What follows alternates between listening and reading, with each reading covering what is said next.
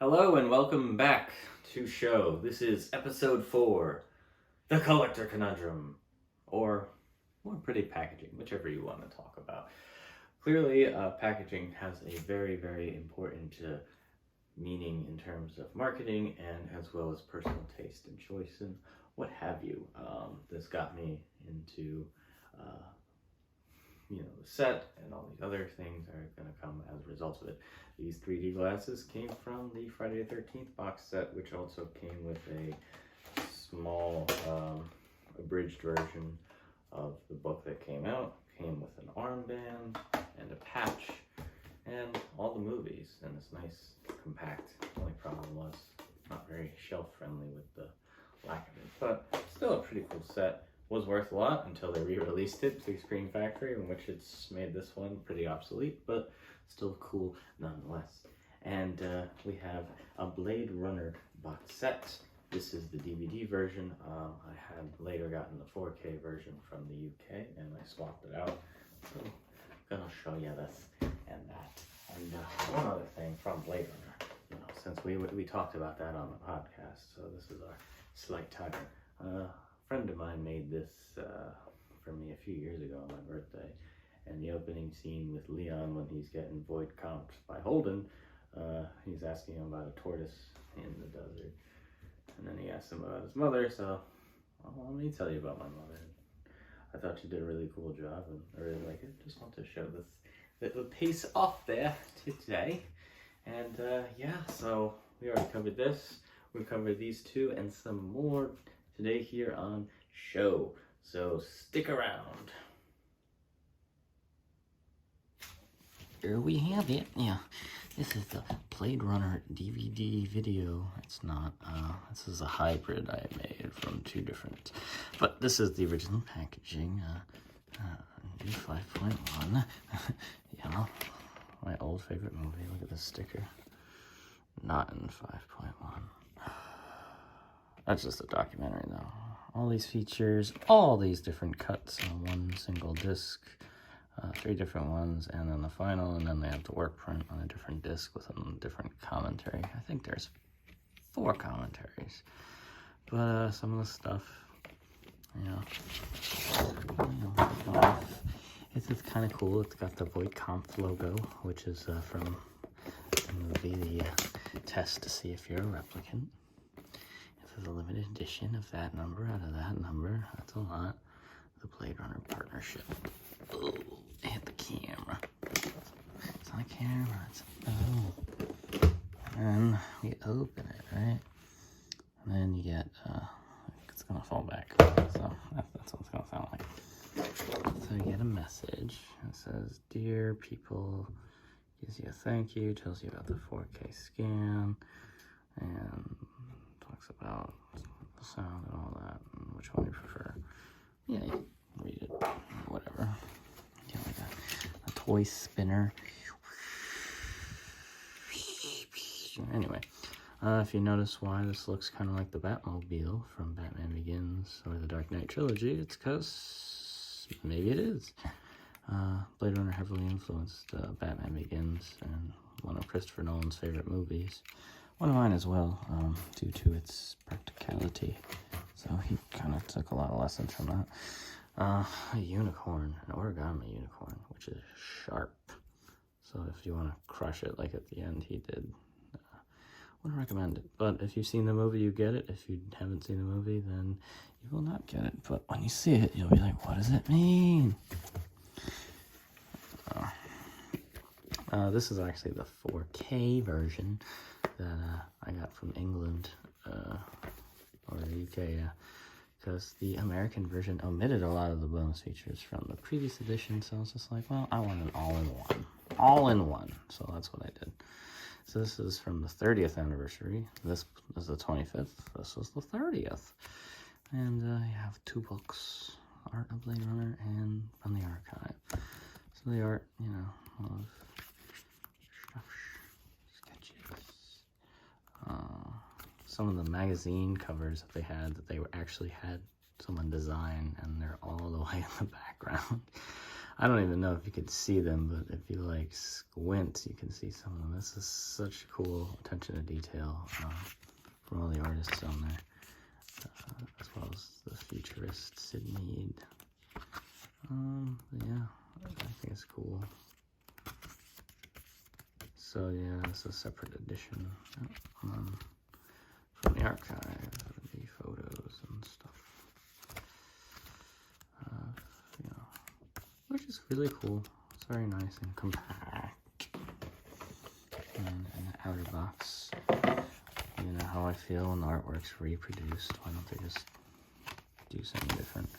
And then it has, you know, that was 4K, ultra high def, and then all the bonus features. The American version only had the final cut on Blu-ray and the 4K. And I wanted all the other features that they omitted. So we got that one. And then I got to get the dub from when my friend made me go see it. I don't want to see it. He's like, you're going to see it. So I went and saw it. Very thankful for that one. One of these things, which is cool, I guess. Yeah, it's kind of just there. It's like a holographic car, whatever. And in the back here, we have the Blade Runner folder. Oops, nice attention to detail and stuff. So then you get these cards by Sid Mead, who designed this movie. Very great concept artist. And you know, we have all bags. This is one of those storyboards. Scene with Leon. And then the vehicle, you know. Sid Mead created these vehicles. Deleted scene. Never made it to the movie. Visual effects from that to that. Matte paintings and all that cool shit. That scene where they shot her like 3 or 4 times. The design of the suitcase. This was what was in it to tell if you're a replicant. And this is Harrison Ford using it on Rachel. And I think this is Deckard's bathroom. So we have Stranger Things and Stranger Things 2. I like how they don't call it season 2, they just give it a number. So these were the, this was the Blu-ray DVD combo pack from Target, from Netflix Video. And this is the season 2 4K Blu-ray from Netflix. They have that faux tape, but we've seen real tapes on this channel, right? Let me take it off. And it has, oh, it's a season 1. Interesting. You know. So the tape that lifts up, you can press that, right? That would have been cool, but at least, right? And these are the Blu-rays, and behind it are the DVDs with that image. Friends don't let friends lie. And then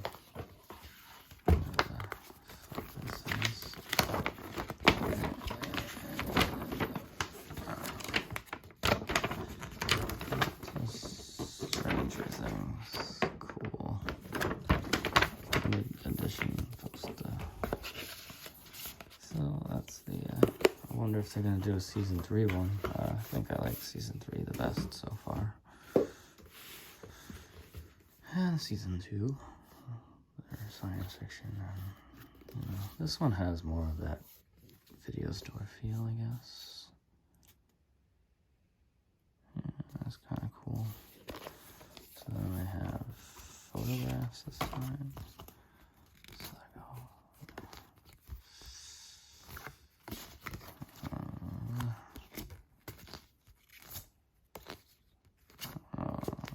I guess these are in character. Yes. This is falling apart. So this one's season 2 is a cassette with the box, and you see what the hell is this? It goes up, and it goes down, and it goes up. So it's some interesting packaging there. These two Shelf-wise, they don't look that much similar, so it's kind of frustrating for us OCD packaging people. But I mean, as pieces, they are cool. They are different, but I think I would have preferred, I guess, this packaging. Yeah. The collector conundrum, you know, when it doesn't match. So we have the slipcover side loader. These are my favorite. This is a lighter one, but this is from Grindhouse Releasing, and they give you a soundtrack, which is really cool, and a nice box. It's kind of like the Criterion box. You know, they give you stuff, like a card of the director. So that's really cool. And then, you know, we have the traditional slipcover, which goes above, which I'm not a fan of because it can fall out either way.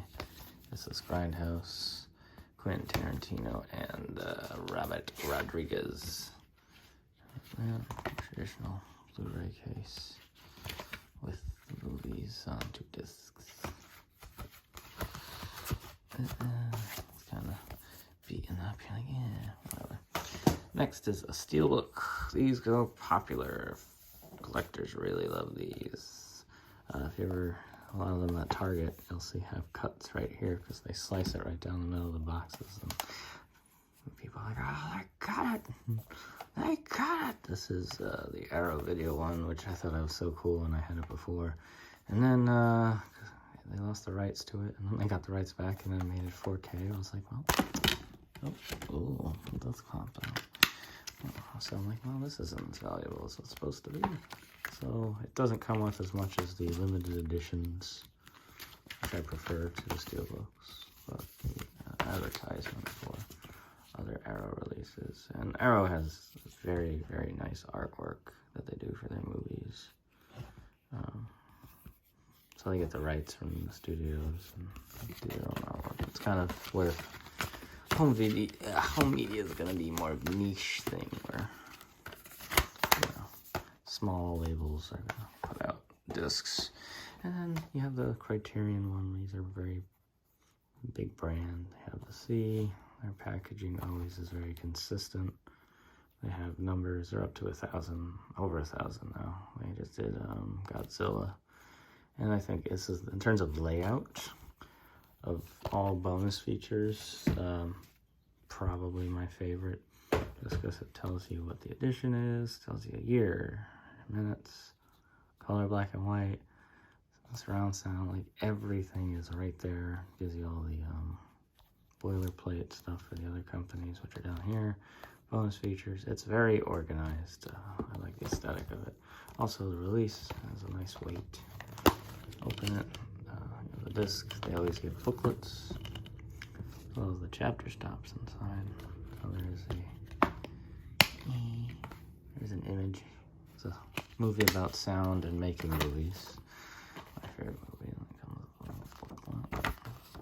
Booklets are very nice. They've gotten, this is, and they do reproductions of articles. So this is from Pauline Kael, who championed Brian De Palma's work, so they republished it from the New Yorker, which I think is really cool. And then they recreate the sequence from the magazine in the movie, which I thought was really cool. And then they have fake movie posters that were, these aren't fake movies, these were real movie posters in their fake studio, and these are the actual posters. These are real movies, and I've seen a few. They're pretty bad. And then they tell you about the scan, what they did to it. They just tell you everything that they did. You get special thanks, acknowledgements. And I like keeping the sticker that's usually on the packaging. So yeah, that's just that. And then the final, which I would say would be the ideal, would be the Arrow, how Arrow does their limited editions. Probably my favorite. This is a hard case, and they have artwork. The thing I liked about them is I prefer it if they did like an entire filmography by a director, because they gave it this much more eye-catching artwork, more modern, but you also can see what the original artwork is on the inside, so you have a difference. And then, you know, But I thought I was cool with these, and then they released these in 4K, so now with different artwork though, which I don't know if I like as much. And then once again, the collector conundrum, you know, how many times can you buy the same movie? And that's kind of why home video or home media, physical media is on its way out. Buying the same thing over and over is frustrating, but in terms of looking at it at the side, like, it looks pretty cool. And if you want to do all the films chronologically or alphabetically, but yeah, so just do this one. Take it out. Has the original artwork on there of these clear cases, which makes me think of video stores. Bonus features. Also, you can have the original artwork if you'd like, but then you have it repeated so many times, so I like the differences. They give you lobby cards, kind of like the Casablanca special editions, but a little smaller. They always like advertising, like what's coming up, JD's Revenge. That movie was really good. I had it at a point. And then they give you the Blu-ray and the DVD because, you know, times are tough and they don't want to waste by making two different versions. It's easier just to make the one. And then this is really cool. They give you a double-sided mini poster with their newly commissioned art. So the new 4K release, I think, has the same thing, but a different poster or a different image. And then they give you another one sheet. So you got little film history there in the box. And then you have, I think these are new essays about this little folks. So it's nice. It's not like a thick book, but you know, for a boutique label, this is a lot of really nice paper. It's very nice presentation. They do something similar to the Criterion Collection. They're a bit newer, and they're based out of England. But I really, really like their releases, and they release everything. Chances are, if you can't get a movie, they don't get the rights here, they can get it over there. So they do dual country releases. Sometimes they get lucky and get to do both. Sometimes only America can get some, and distribution rights are weird.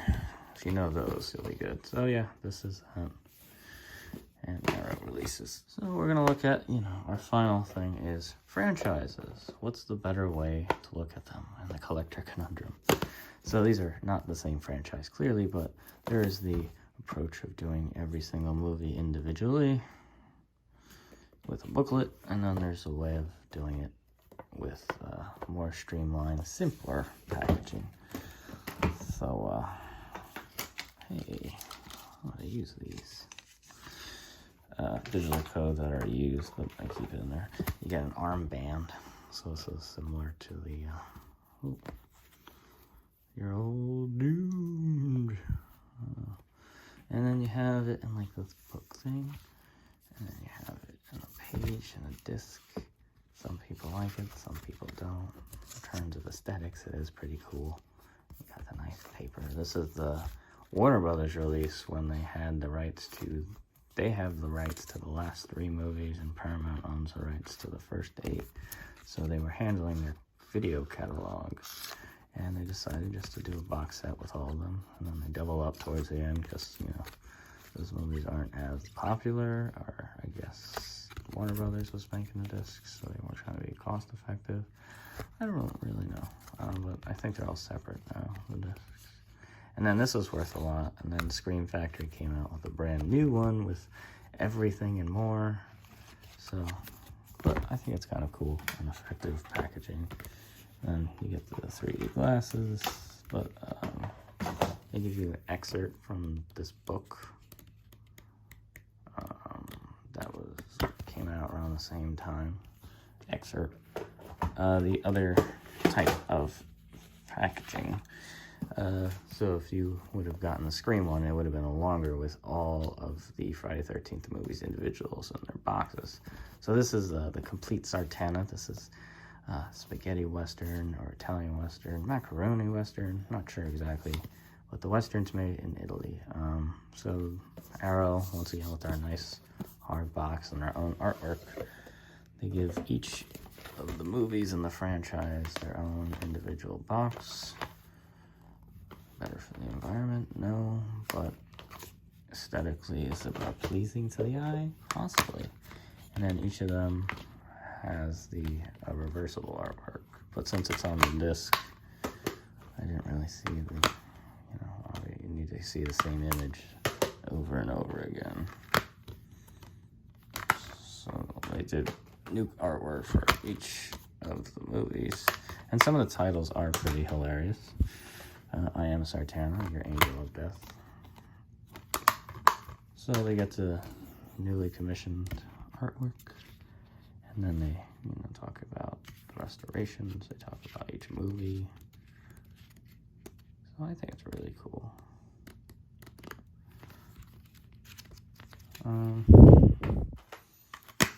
Just to show you. Maybe it might be better. Well, if I change my mind, I just want them all to look like this. Oh, it looks like this now. So I thought that was kind of cool. It gives you options. And then, oh no. Eventually. So, and then the final thing with franchises would be the individual releases. So this is the Dark Knight trilogy on the 4K, my favorite trilogy. You can see how they took that Star Wars motif of the heads, except not nearly as good. Similarly designed, I guess. I hate the artwork. It makes me want to throw up. It does. Like, it makes me ill.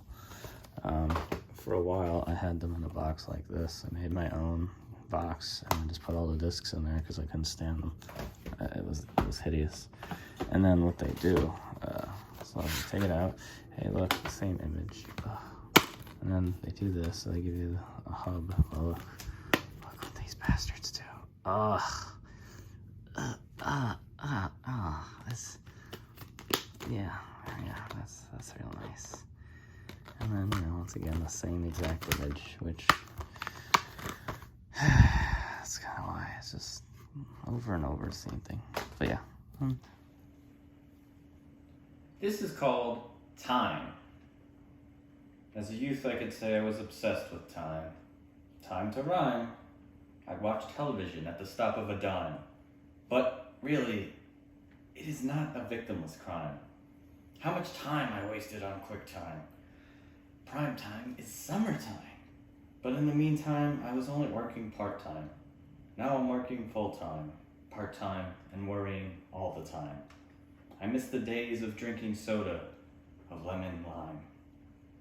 I spent all my effort thinking at bedtime. I messed up big time. Wasting a lifetime surfing on Prime. But it's only halftime for me. The game is in real time. Now, to end this silly nursery rhyme. But don't worry, I won't be getting involved in organized crime. I'm just going to create a new paradigm.